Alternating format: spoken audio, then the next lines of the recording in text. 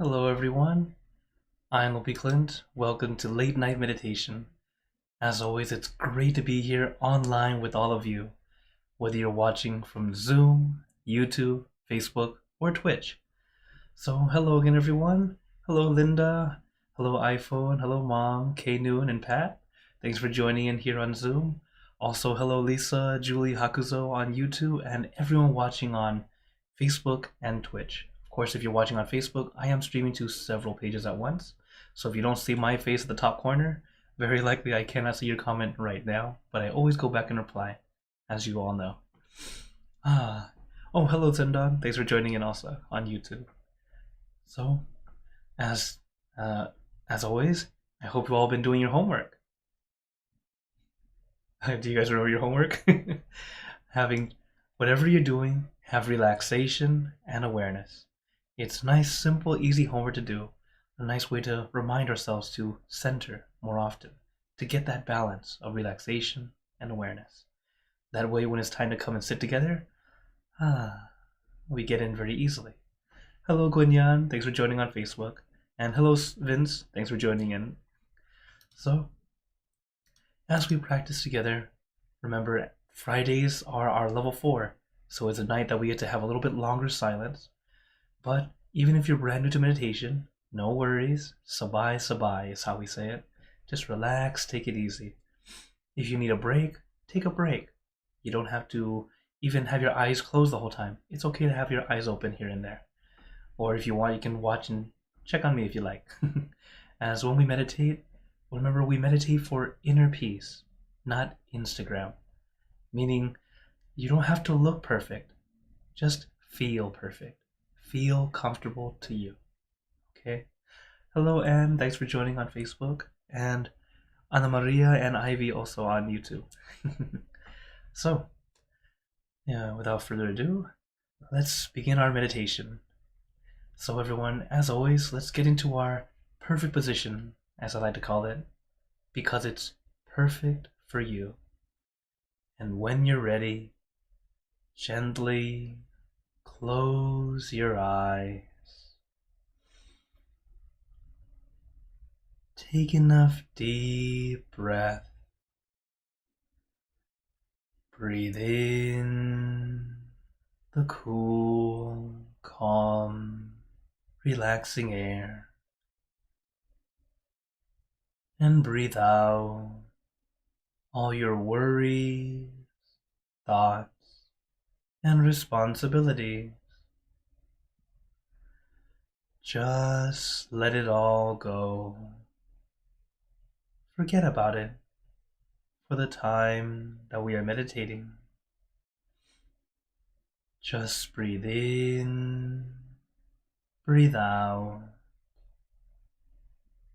Let each breath of fresh air help you become more relaxed, more comfortable. As we know, the first step is relaxation, allowing yourself to feel comfortable, at ease, relaxed.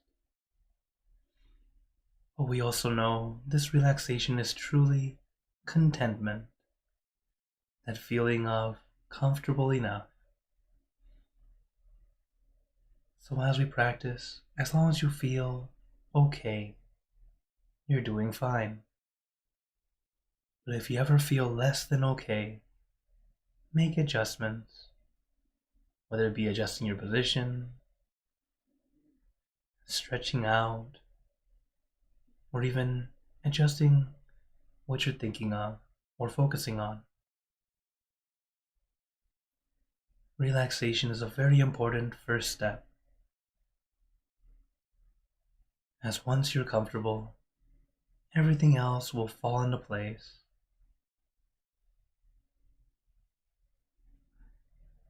So start off allowing yourself to sit comfortably, any position, posture, or pose. And also feel free to adjust anytime and as often as you need to.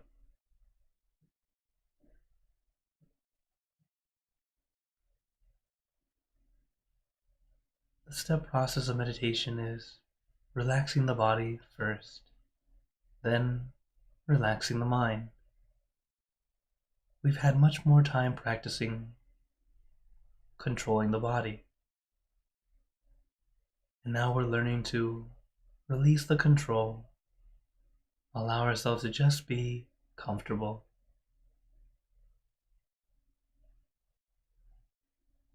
Because once your body's comfortable, your mind will follow. Allowing your mind to start to relax. And our mind relaxes by letting our mind stay with just one thing rather than everything. As I'm sure you're all aware, your mind loves to wander, thinking of this, thinking of that, thinking back and forth, going all over the place. But as we meditate, we're learning how to bring our thinking down to a standstill, to slow down until it truly stops.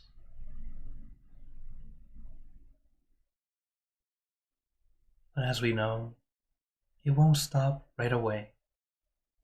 Give yourself time. Just having your mind slow down is already a wonderful accomplishment. And that's why we use a meditation object or image, a way to help our mind focus comfortably.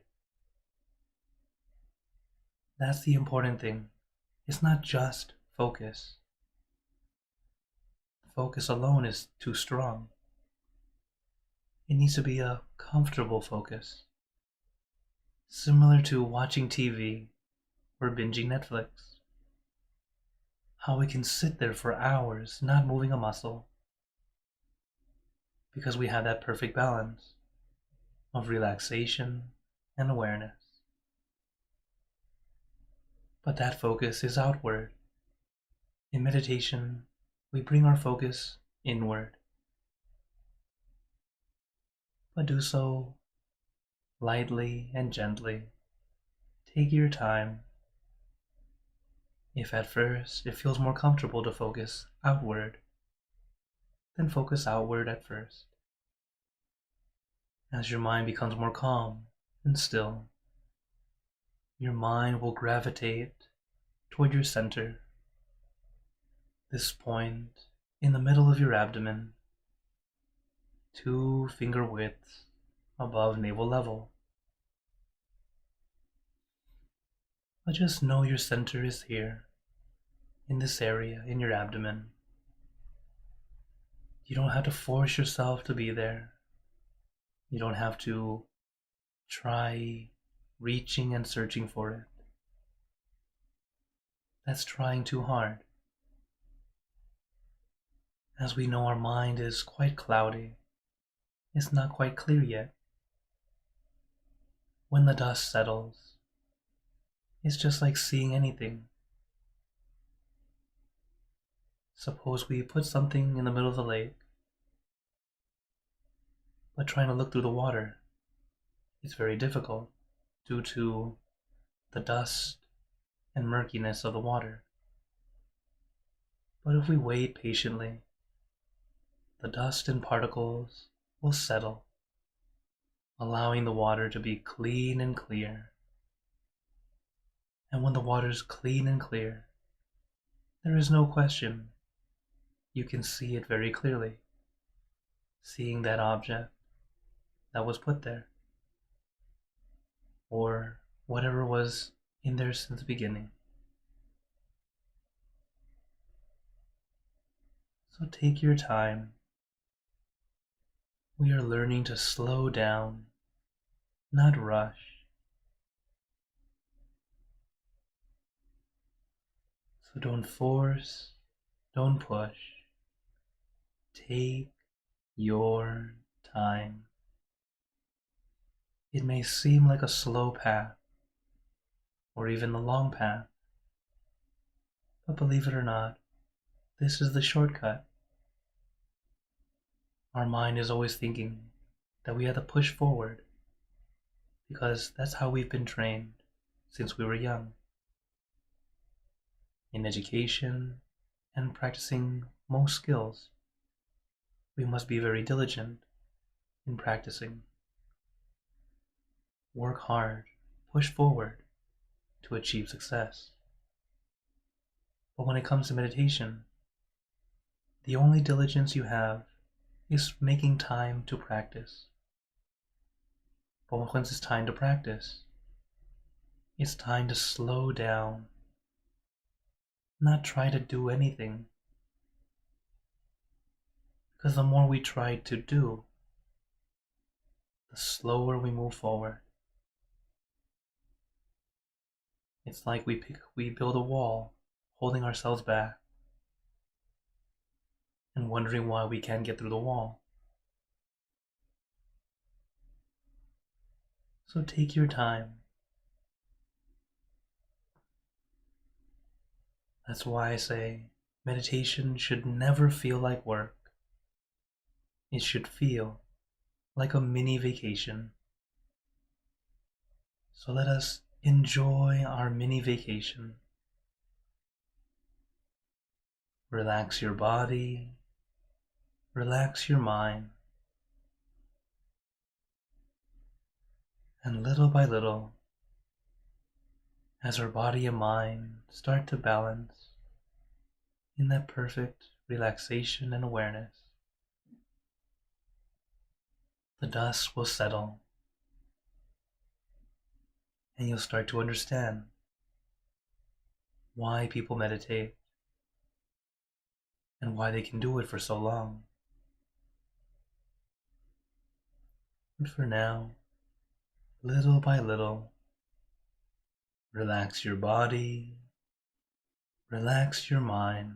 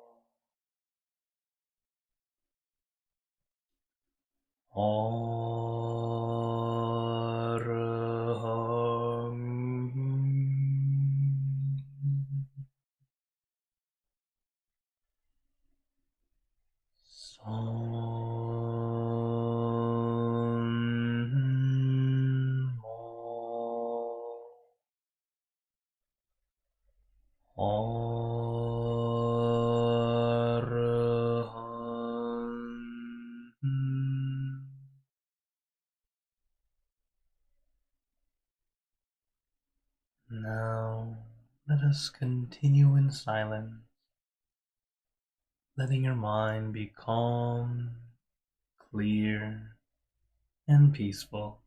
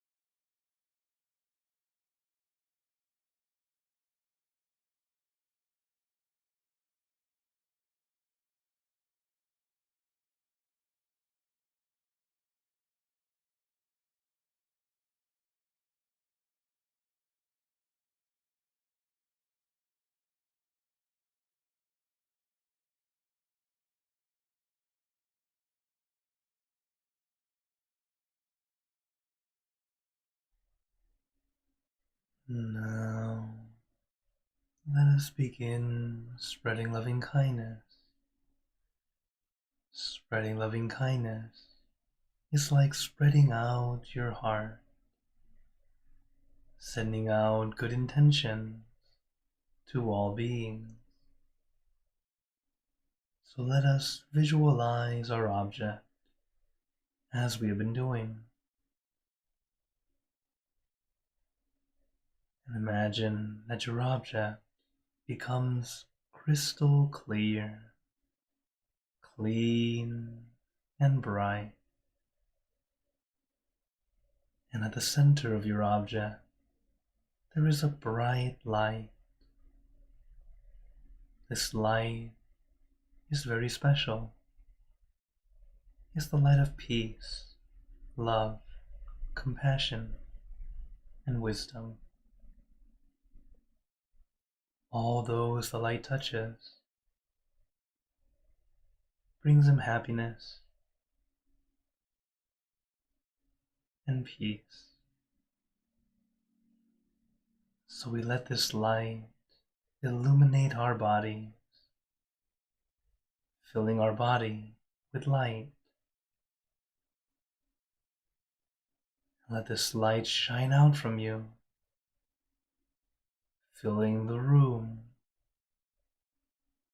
And let the light spread far and wide, filling the city and the surrounding cities, filling the state or province and the surrounding states or provinces.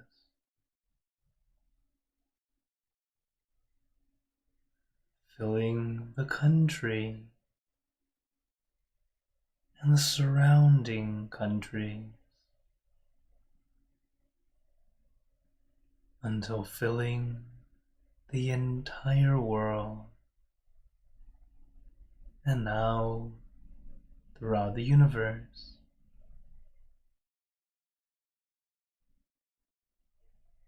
Thinking of your loved ones, your family, your friends,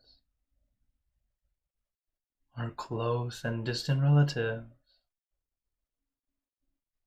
our co-workers, acquaintances, all the people you know, and all the people you don't know, to all sentient beings, all the animals in this world, and even thinking to the heavens,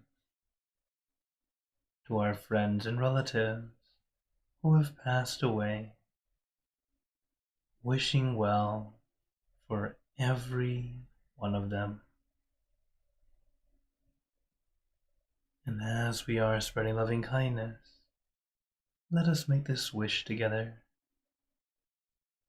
for us all to be happy, healthy, wealthy, successful, to gain wisdom, attain enlightenment, for world peace. Let us take a moment to make our own good wishes.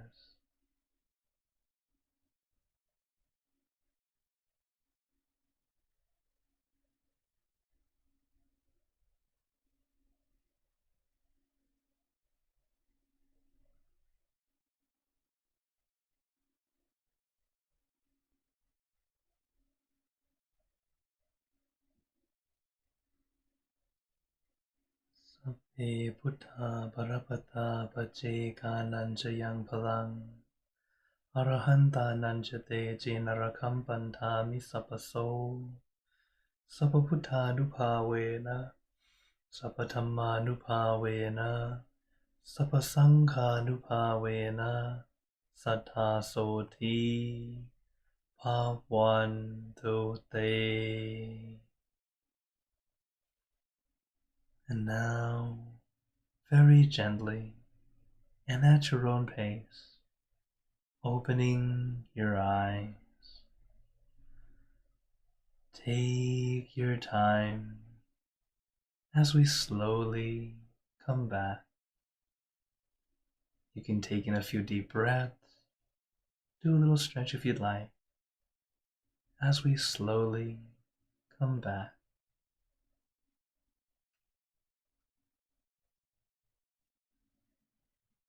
How is everyone feeling? Take a moment to notice how you feel right now, especially compared to when we just started. Or if you're a regular meditator now, compared to last time we meditated. Notice that difference. Some days it's very good, some days it's almost good.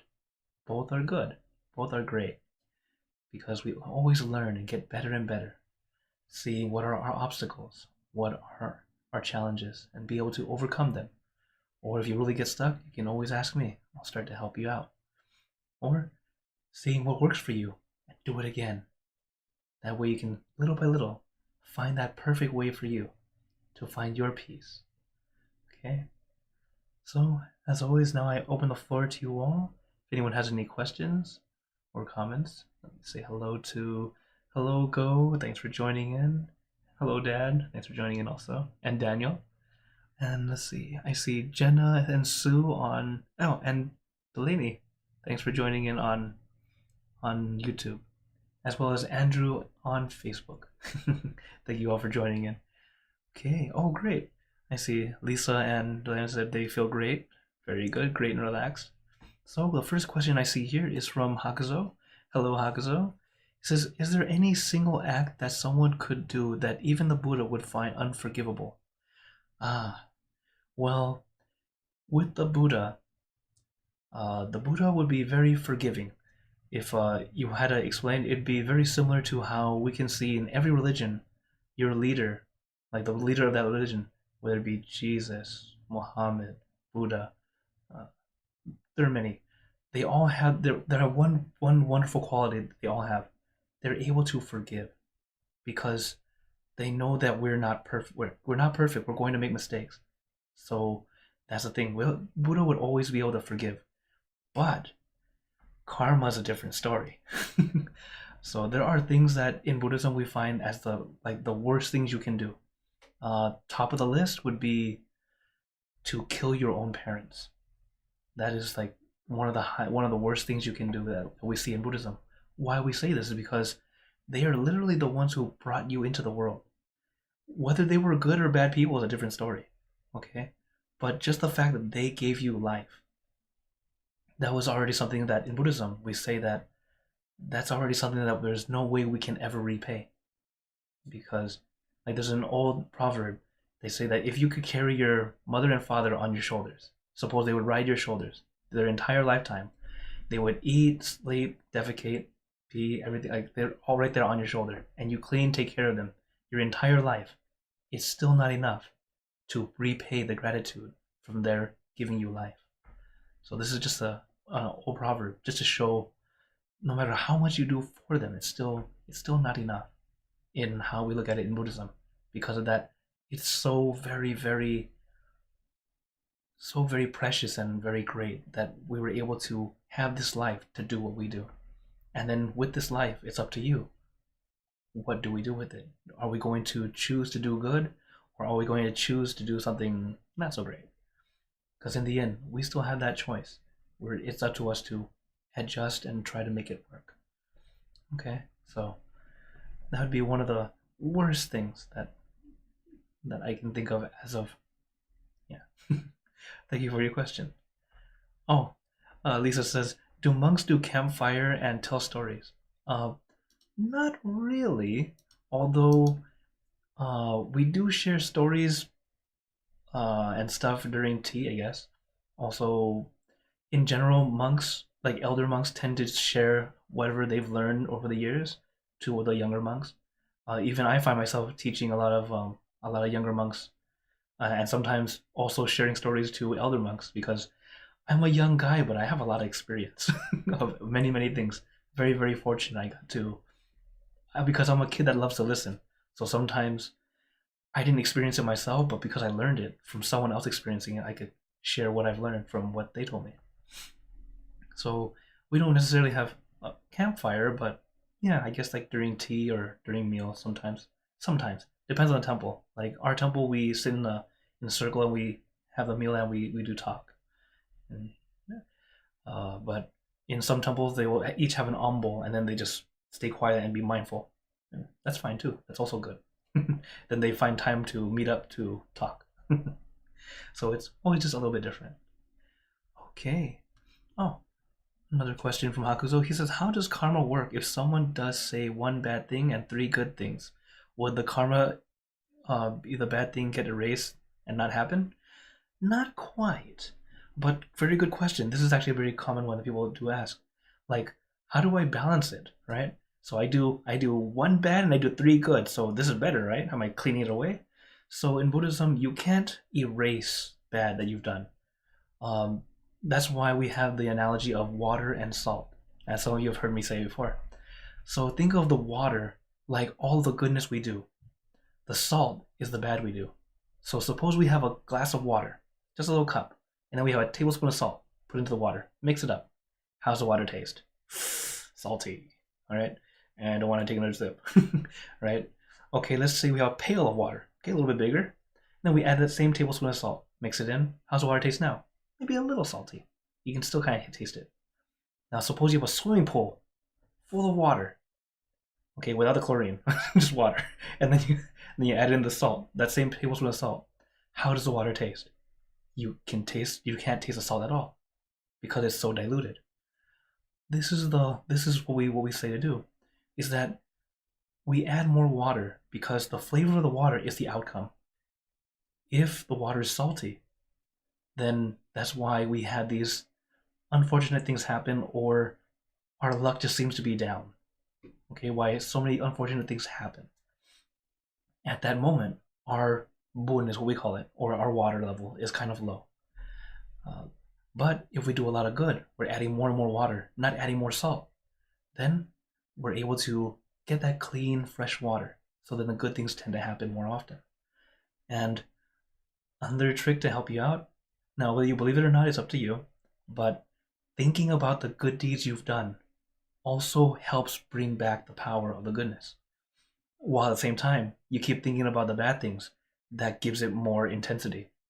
So it's like extra pure water that you're adding into the water, which sounds kind of funny, or compared to adding extra salty salt into the water. So what we think matters too. It helps. It's like a catalyst to help make it go toward the direction that it should. So I hope you all have your mind centered. That's also why we meditate. When your mind is more centered, you're able to be more level-headed, be a little bit more calm, because when we allow our emotions, especially negative emotions, to overpower us, we are unable to function normally. You know, it's like those funny Snickers commercials. You're not you when you're hungry. It's kind of like that.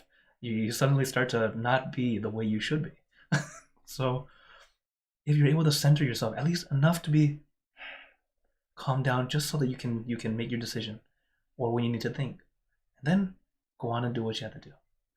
Okay, so that's how karma works. It's very much like water. So water and salt. So that's why everything we do is not completely black and white. Like there are good things to do, there are bad things to do, but most of the things that we do are kind of gray, right? They're not quite good completely. They're like mostly good, somewhat bad, or maybe really bad, somewhat good. There's a lot of ethical questions like this, but the important thing is we know that the good and the bad, they don't really cancel each other out. So we do our best to add more water, as best you can. Okay, that's what we use this wisdom for. Okay. Zindog says Venerable Nick has a couple of helpful videos on this topic. Yeah, one of my good friends. He says the metaphor of diluting past misdeeds with current actions was very powerful insight for me. Yes, very good. Yeah. Yeah, if you ever have a chance, you can, if you're on YouTube, you can also, if you don't know who Lumpy Nick is, or Monk Nick, you can look at who I'm subscribed to. You'll see he's on there. he's another wonderful monk to learn from. He does a lot of really good content. It's funny because we do the opposite. he likes to do short clips or sometimes longer clips in front of the camera. I don't like talking to the camera. I like being with people. And then we were talking. He's like, I can't do what you do. And I told him the same thing. I can't do what you do either. So we work together. I'm here to help practice with you guys. And then he helps share that very good knowledge that is easy to share with everyone else. So yeah, I'm always glad that we get to work together, share peace to the world. Okay. Any other questions or wonders tonight?